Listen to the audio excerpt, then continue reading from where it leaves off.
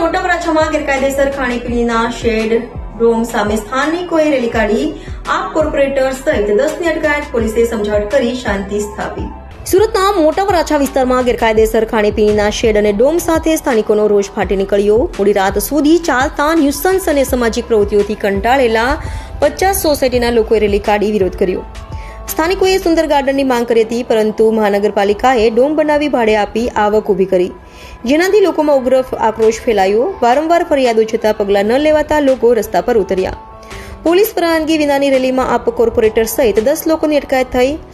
Utran police મથક બહાર ટોળું એકઠું થયું, પરંતુ મોડી રાત્રે પોલીસની સમજાવટથી મામલો શાંત થયો. આ ઘટનાએ મનપાની વેપારી નીતિ પર સવાલ ઉભા કર્યા છે.